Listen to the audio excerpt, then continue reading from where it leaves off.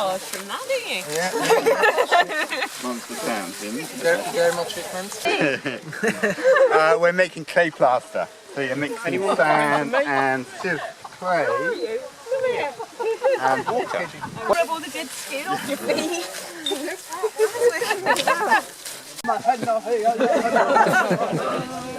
We're just adding goat hair to the. This is called hairy chalk. No, hairy plaster. Hairy plaster. And this adds fibre to the plaster. It's natural. It's wholesome. It's eco-friendly. It's wondrous. The walls cost us £30 because we dug it from the grounds here. Yeah. And we used the subsoil, which is a sandy gravel. We added some clay that we dug up at the bottom of the garden. We mixed the two together by foot and by a mini digger, and we built the walls for free, basically. And we brought in a little bit of clay, which was £30. And then we've used the same materials in a slightly different way to build the front. So the new piece, which is like a big extension, basically. Yeah. So the back bit has been there for 400 years. The oldest cob house still standing is 10,000 years old, so it's quite a good. You've got a bit of time left. So longevity, it lasts a long time. It's strong. It's load bearing. It's got a compressive strength between 5 and 15 tons per square foot. It's much stronger than people think. People imagine that it's mud. It probably won't stay very long, but it's much stronger than that. We do a hybrid version, which is half cob and half straw bale. Now the straw bale is massive insulation, as you probably realise, and cob has got a high thermal mass, so you basically have a house that's warm in the winter and cool in the summer. So here we have the hallway.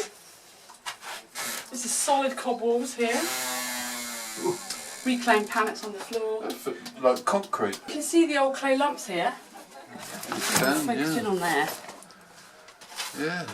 And that's the clay lump is just a cob made into bricks, basically, made into little blocks. And it became fashionable about the 1700s, where they just, in this part of the world, in East Anglia, they started making them into bricks. I think they thought it was quite sophisticated, to make bricks, rather than just, a lump. But the form we use is just free-form sculpting. We sculpt it directly onto the wall. Really? So I'm a sculptor originally, so that's where I kind of got the interest from. Yeah. And obviously, for it to be the most eco-friendly form of building there is really a big draw as well. Today, the people are making clay plaster where they're sieving clay and sand, and this is what it ends up looking like. This is painted with organic paint.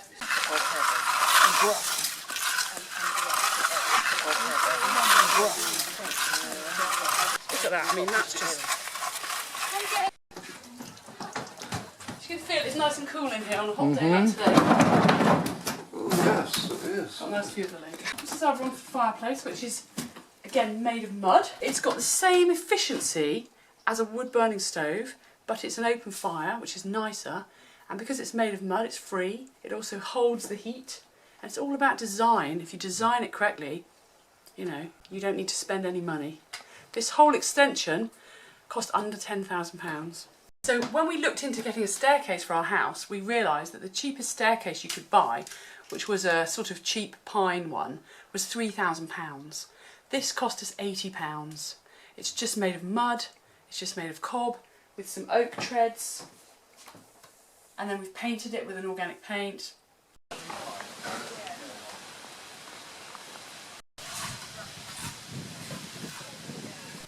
Plastering. You have made your clay plaster. It is beautiful. It is gorgeous. And we're going to put it on the wall. Now, obviously, you'd normally put it on the inside, but we're going to be doing it on the outside just for practice. A bit of both. Okay. So this is a typical wall. You'd obviously try and get it as straight as you can before you plaster it. So the first thing you do is you need to basically wet it down. And I'm sure you will realise why you need to do that. If you don't, it'll just suck too much moisture from the plaster and then it'll crack off. It'll dry too quickly.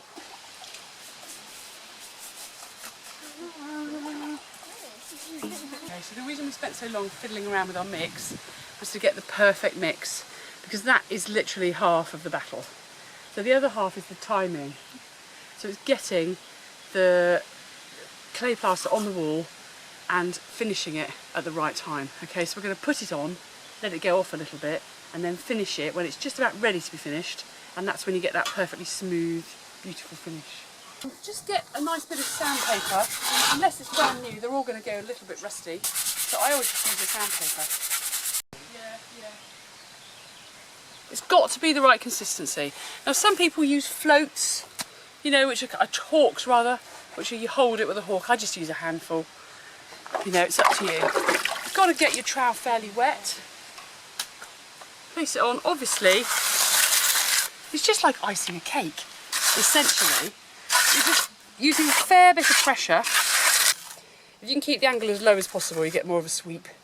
But, you know, obviously it's very easy to knock it off like that. So just bear in mind. See how much pressure and force I'm using? Quite a lot of force to get it on there. You want to squeeze it into all the holes so that it has a good key. Obviously, if the wall is too flat to start with, you can do a little scoring up. And this to me is the joy of life. This is the joy of life. This is just heaven.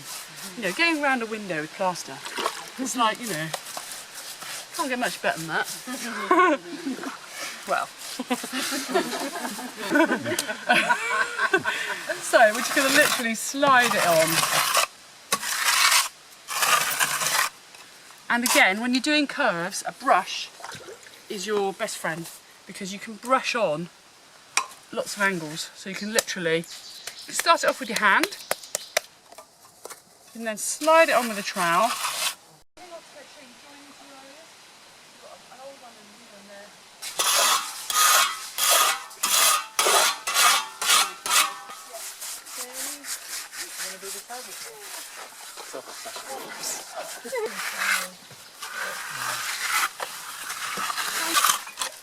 So just literally sweep over. Okay. Like that. Keep this wet.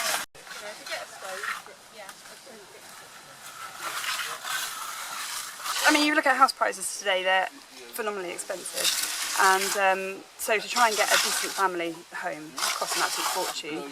To build a traditional home, or a modern home these days, is expensive as well. And if you buy one of the new like Wimpy homes or something like that, they cost a fortune and they're a load of rubbish. Whereas these are taking it back to, you know, earth, and all the supplies are here in the ground. So it's great. Wanted something a bit more natural, sustainable, comfortable, and something that I could build myself, really. This is interesting for us. It's a move away into more sustainable, more eco-friendly properties, and we want to build our own house. Because we have a green business and we are looking to build things really like pizza ovens, benches, possibly storeroom. Now, I like the fact that you can sculpt with it, and I think it's amazing, ecologically sound methods of building, but also sculpting other things. I wanted to try and integrate it into some community arts projects, maybe make some earth ovens and benches with the community.